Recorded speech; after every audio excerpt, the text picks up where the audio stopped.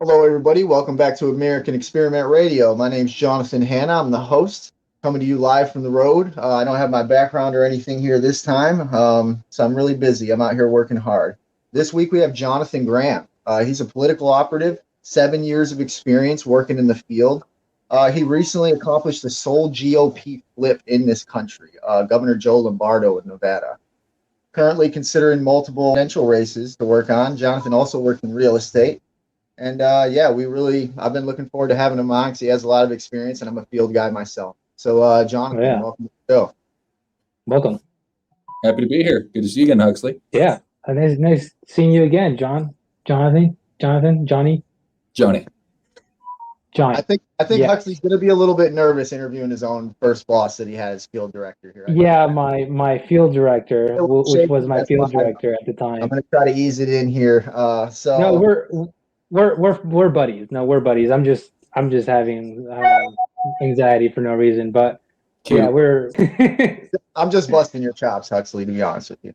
it's all good. Okay. It's all good. So, Jonathan, what inspired you to become a political operative and just start working all over the place? And how did you get your start in the field? I actually started in high school. I was a little conflicted about what my ideology was going to be.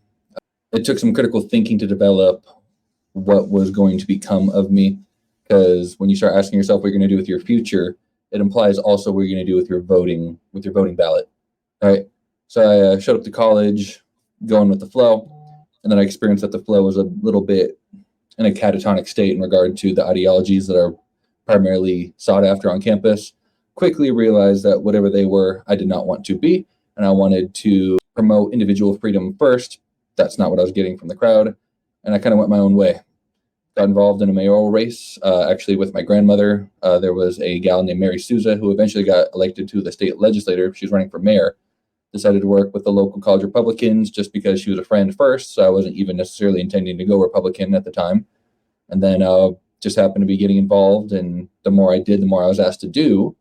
And then next thing you know, we reached out to Rand Paul when he was running for president, hosted him, got to meet him, heard him speak, and did some more work on his behalf until about roughly a month later when he exited the race after the numbers just weren't adding up for him.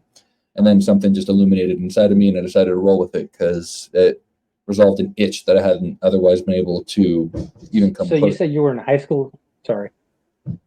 Go ahead. You say you were okay. Word. What was this, like 20? What year was this? 2014 at the time. 2014? Gotcha. Yeah. So Okay. end of senior year of high school, got involved. People needed help. And then next thing you know, that was when the presidential race was really kicking off. And then I decided to keep on getting involved more and more. So, Better Rand than me. Paul I had was influence being on a your hoodlum.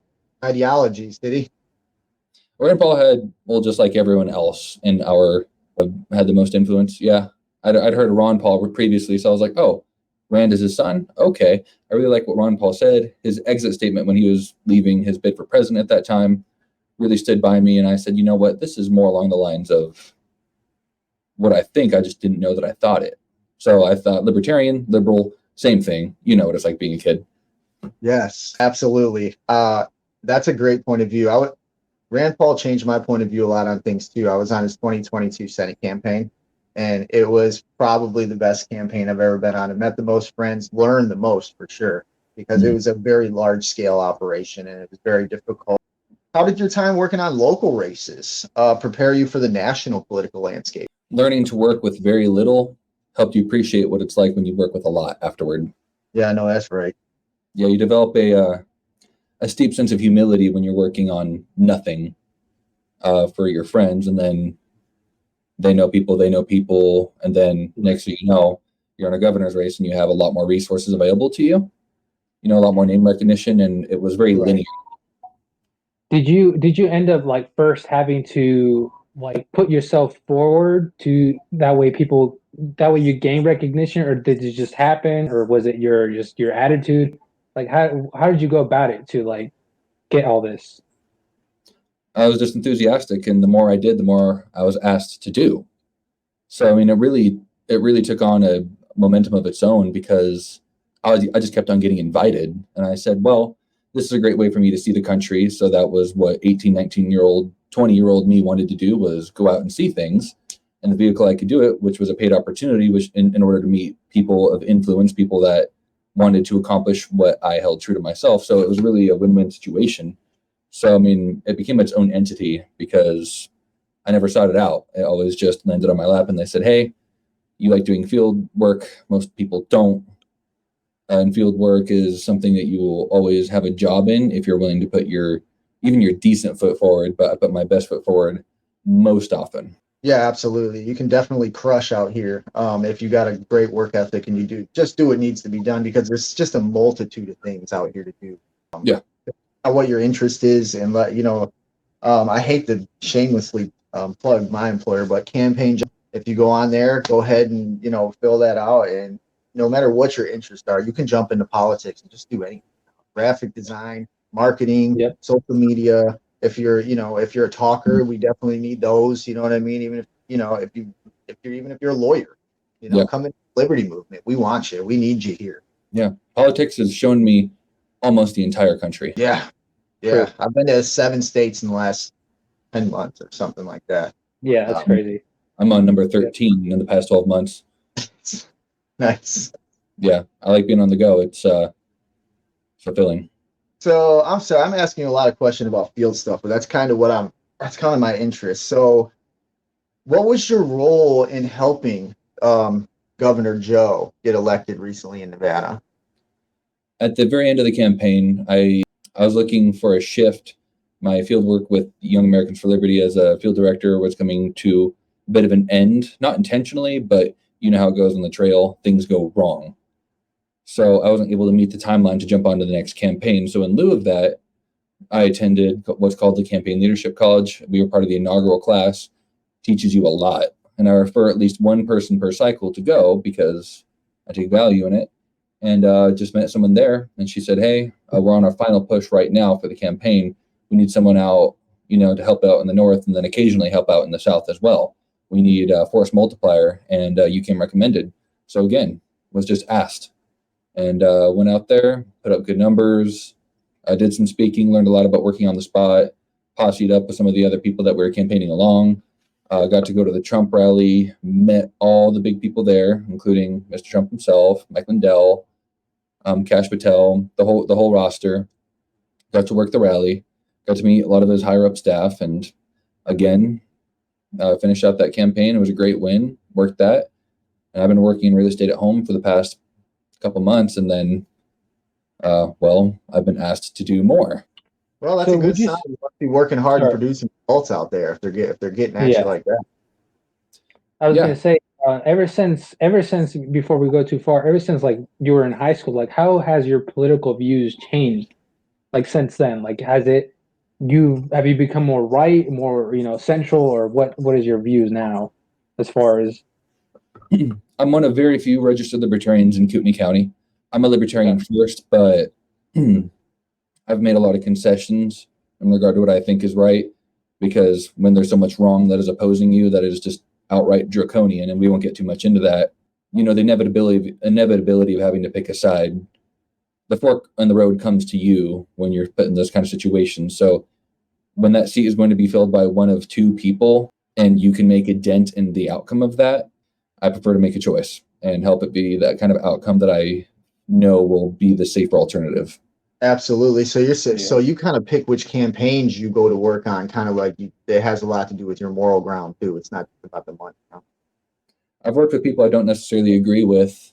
The opposite of them. One of them is going to hold that seat, and one of them is going to hold votes, and their word is going to have weight. So, it's been kind of tough. I've never been afraid to buck the GOP or Young Americans for Liberty. For that matter, we always buck each other, in regard to everything. We're quite expressive. To answer the latter part of that question, is what's changed the most is how the climate that I cannot control around me has become nearly unrecognizable from when I was a kid. Even in just the 26 years I've been alive, you can see and feel the difference on what good people are forced to do under imminent force and coercion. So it's put me in a place now to where, again, I have to pick a side, pick somebody that I know will try and carry us through or out of it. Pretty deep. Yeah. I like it, though. That's deep. Yeah. It gives you something to work for. I mean, you're young enough to accomplish some serious things, though. That's the thing. And you seem very composed, and you definitely have a chance to do some serious damage in this industry forward, I think, Mr. I'm trying to undo the damage. Right. Yeah. So let me see what else we got here. Oh yeah, work-life balance. That's pretty crazy. How's that working out for you? I can only imagine. Let's just say I tried to help Yao as a state chair, but since I wasn't able to get on the campaign on time, working in real estate is no laughing matter as well if you want to succeed and acquire properties. Let's just say that I had to carve out Sunday today in order to make sure that I could do my laundry, clean my car, and get on this podcast. I find myself in positions to where just the discussions I have with people, the more I do, the more they ask of me. So I've been doing a lot of extra, and it's been a very demanding job getting in real estate, especially in this turbulent market. It requires nearly your full attention if you want to succeed in the way that most of us would admire, right? Right. You know, if you want to show a couple houses or you want to broker some deals, whatever have you, you know, you can. But if you really have that dog in you, you know, it Because you seem really driven and focused, and you've been in the game a long time, and you're still and you're young, but you've done a lot. So where Yeah. did you drive and focus from? Was it from did your parents? Did you get it from your parents, or you got some friends that were pushing you, or what do you think it is that is making you so laser focused on what you're Yeah, doing? that's what I'm thinking too. I've dropped the ball a few times. Like I said, for Yao, I dropped the ball. That's a good question. What's put me to this point now is the realization that at this rate, with things looking like comfort is the enemy, I reject it entirely. So I fully intend to make my dent on the universe and to make sure that when it comes time to the best way to help the poor is to not be one of them. And I take my role very seriously, especially in the absence of responsibilities in my personal life. I decided to acquire responsibilities outside of that. And I would like to make sure that I can be a pillar of my community in Coeur d'Alene. I like it here. I love it here, actually. If I have my choice one day, I will pass on here. But until then, you know, I'm a very purpose-driven person. I want to help change things. Of course. And like you said, you were saying about comfort. The thing about comfort is that many of us are too comfortable in our world that we're in, and you're showing, but you I can tell already that is just something that what we call it, just it's really hard to, what do you call it, for you at least to be comfortable, because it makes you uncomfortable even, right? Yeah. Being uncomfortable can make someone uncomfortable. Like me, for example, like if I'm too comfortable, I won't do anything, right? And this is me in the past, right? Where I just let comfort and all that stuff just enslave me, right? And I totally get that. And we need more people like that. We need more people that are willing to step out of that comfort zone and actually do something, right? And that's very rare. So, props to you for that. To wrap a bow around that question and that thought, I would say my main goal is to protect people's desire to be comfortable. You are fully obligated to reach your full potential. So if I see more potential within myself, I'm obligated to go after it. But as you see often and now again, and now more than ever on social media, people talking about affordable renting. You know, they don't want to acquire properties. They want to be able to work a good work week that's decent and becoming of them so they can fulfill their lifestyle and see new places or try new things, right? So the reason why I do what I do is because I can't help myself, and something just awoke inside of me one day after I realized that adulthood was at my doorstep, and that the actions I take now, assuming that they're successful, I would fully be more than happy to help people do exactly just that, because it's dignified, and some people don't want to work their whole lives away. In fact, I'm envious that they value their free time, and that they eventually, once we get out of this nonsense, we'll be able to do that once more. Will we Right. get out of this nonsense though? Will we? That's a real question. Depends on how much resolve you have. True. So, quick question: Trump or DeSantis? You know, I've been interviewed for a couple of presidential races this week. I'm not going to say who, but since DeSantis is not a declared candidate yet, I would just have to select from the declared ones, and I would say Trump. Alrighty, so it's Trump for the victory. That's what you're saying? Anyone that goes against him will have their work cut out for them. But there's a lot of 40 chess moves that I'm sure that we're not aware about right now. And regarding the Republican primary, that I'm sure he's prepared for. Do you know who the other person that has declared against Trump? Actually, I don't know. No, no. Who is it? Exactly. Nobody does. Then what's the then? For me, it arises suspicion in me because if Trump is the only one that's going to be, running. Well, the thing is that he's probably going to clear the field. I mean, once he runs, that you're just going to have such a large hill to climb after, it's once he starts campaigning, he fills stadium. And there's lines or like bar lines. And it's coming to a city near you, by the way. It's every city he goes to. I've worked a rally in Nevada, in northern rural Nevada. Wow. Wow. Yeah, it's nuts, right? It's like going to a football. It's like going to the Super Bowl or something. It's insane. Yeah, if everyone at the Super Bowl was on something strong, there's a lot of fire in the bellies of those people, man. It was a lot of work. But yes, out of the declared ones, Donald Trump, obviously. Yeah. But things are going to get more interesting because the field right now is not level, and it's going to continue to be less than level. But like I said, I have been interviewing for some presidential and potential presidential races this week, and I will end up working on one of them, and I'm excited to let you know once I'm allowed to tell you. Absolutely, yeah. You know how that goes. We're looking forward to an update when it's ready to be served up. Oh yeah. So what advice would you give someone who's interested in pursuing a career in politics? Don't. Next question. Can you share particular moments? Wait, could you elaborate on that though? Just no. If you want to see the country, there are easier ways to do it. To do what all three of us do, to stand against not one tide, but two tides, we're libertarians, right? Are we all libertarians? Yeah. Okay. Yeah. So as a libertarian, for us to stand against two tides, and especially all the other libertarians aside us, we disagree heavily because a lot of us will have left or right tendencies, or some of us will be, prone to anarchism, Green Party ideals I've met. If you want to pursue a career in politics, my only suggestion, not my advice, is that you have to be ready to get rid of everything else. I've compared it to trucking in the past. Your relationships will suffer. You'll not be present at birthdays. You're going to have car issues. You're going to be able to see places but barely explore them. And school, it's going to be difficult. I mean, unless you feel the absolute indomitable will to do it, I wouldn't recommend it because that's what we call a weak hand in the game.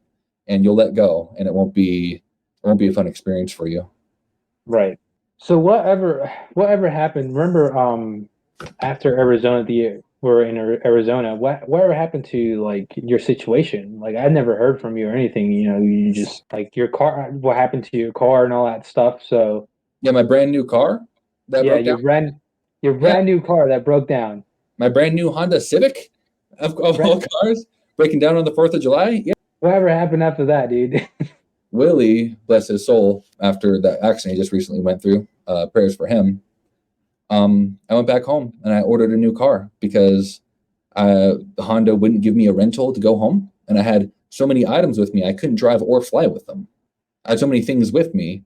Yeah. So catch-22, either give up some of my most, prized belongings or, I had to have a car. I was a field director. You have to have one.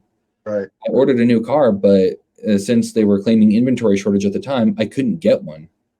I could not get a new car. So it took weeks to get.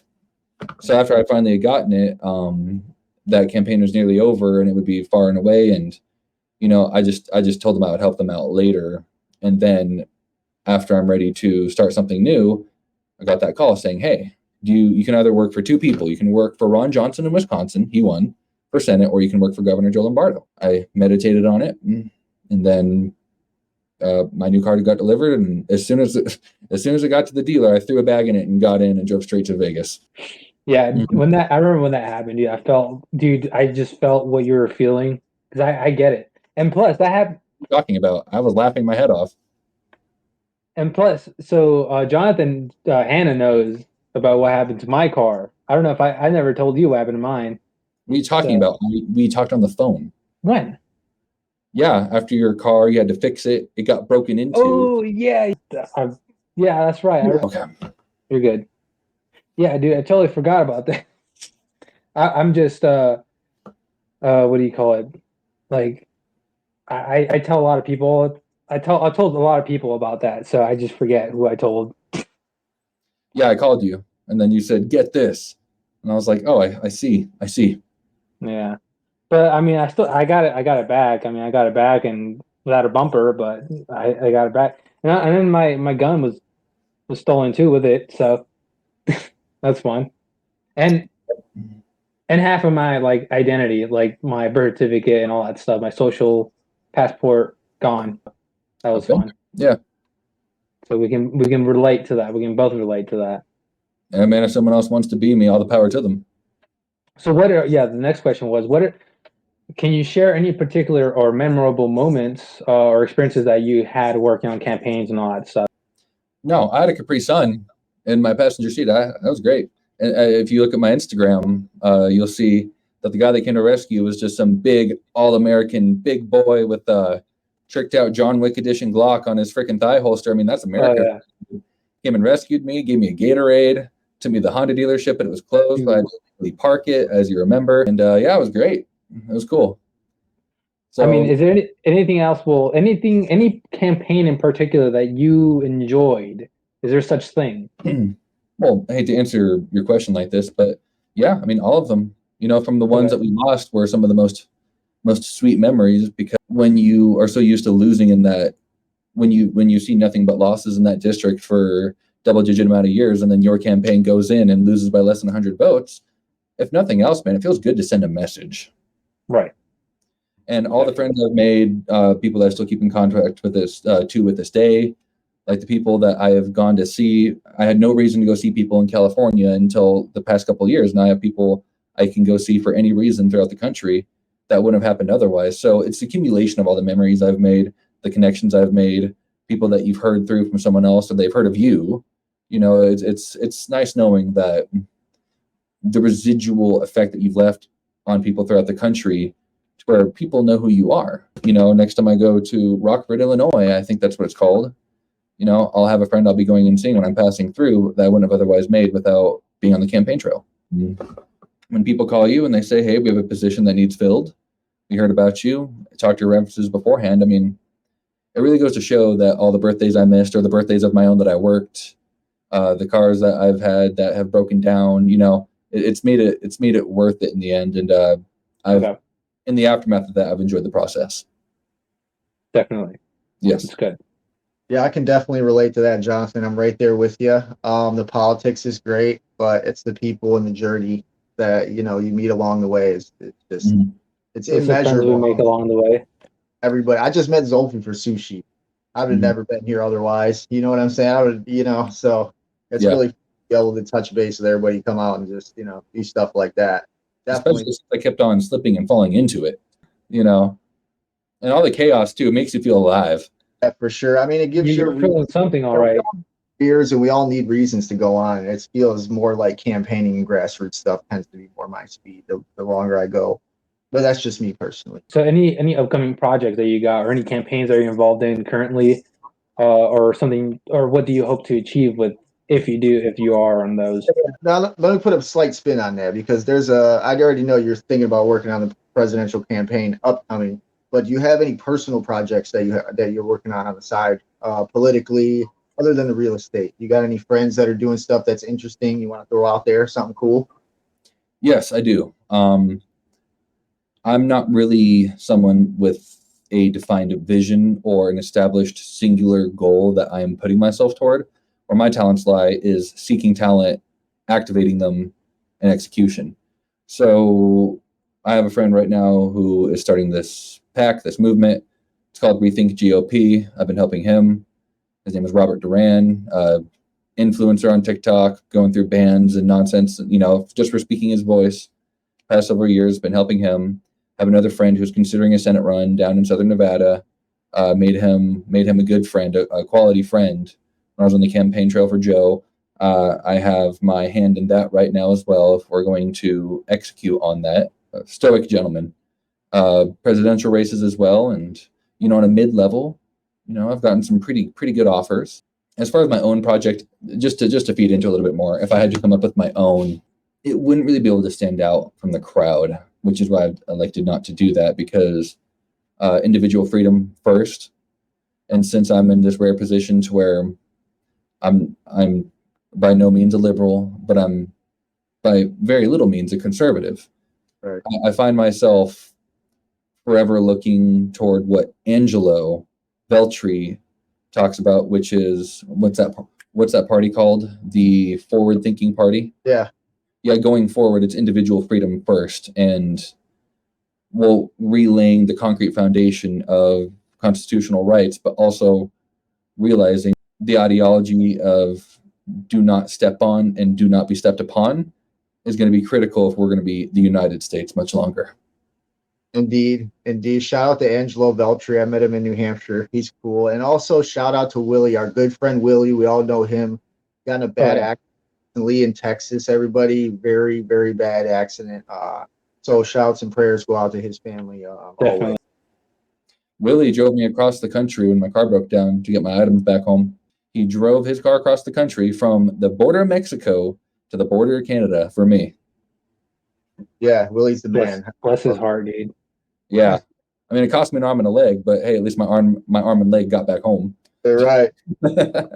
Yeah, I know. He's a real one, so I still owe him. I've not forgotten that. That debt will be repaid. Well, I want to know what your perspective is on what's going on in our nation currently. Like all these things, we're seeing shootings, we're seeing a bunch of chaos going on in our country. Like, what do you think about that? What is your thoughts? What do I think about why people are doing it, or why our solutions are ineffective? Yeah, why our solutions are not working. Supposed. Well, we're not trying to do anything about it.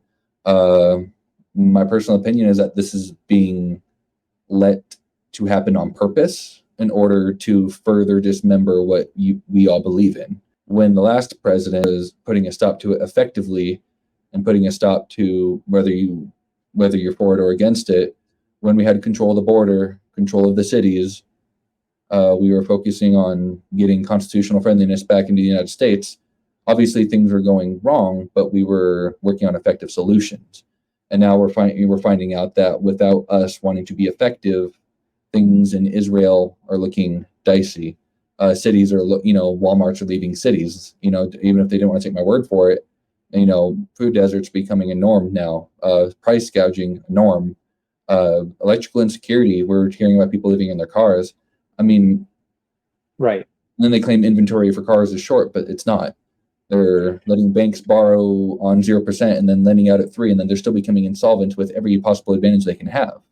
Right. So my thing is, yeah. So my thing is, do you think that our country has gotten to a point of no return, or do you still have hope for our country? I don't really believe in hope. I believe in action. I have an Eisenhower look at things to where you got to carry a big stick for the right people if you want to see people thrive. But right now, the left is going for the heart and the right is going for the throat. We're each playing defense and offense, and that just can't go on much longer, because these things only escalate; they don't de-escalate. The more people lose rights, having pieces of plastic on firearms that have been legal forever, and then just with the swift of a wand, you want to make everyone that's your opposition a felon. I mean, obviously we're not going to get too into that, but the attitude right now, it's self-destruct. But since it's bigger than us, the three of us, it's still going to take more than three of us, even though we all will apply ourselves correctly, to fix it. But that's where stoicism comes into play, because no empire that existed aeons ago exists now. But the American experiment was the first of its kind, so it's worth going for. We've accomplished a lot of great things. We inherited evils that we slashed out only mere generations later. We come from fine and proper men that lived under the boot of others, and they're willing to die away from that boot or be dead underneath it. Far greater men than you and me have done a lot of work, a lot of traumatizing things on our behalf, just for us to be here right now. So it would be very insulting to let it go to waste.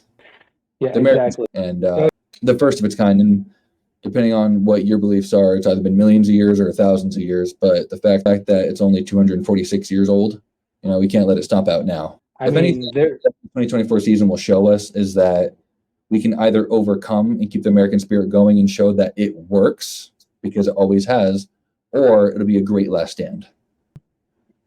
You'll go out with a bang type of thing.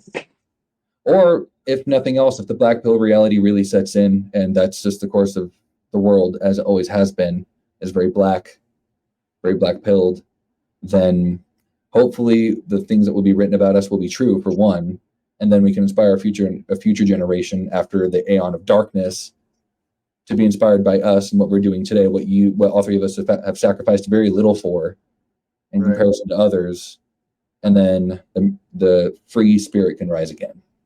Yeah, Right. I mean, And my take on that is that the globalists know how valuable the American experiment is, right?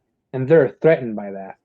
They're threatened by it. And what it seems like is they're trying to take down this very institution, right? By a means of right versus left, right? The Hegelian dialectic. That's what that's called, right? And to divide and conquer.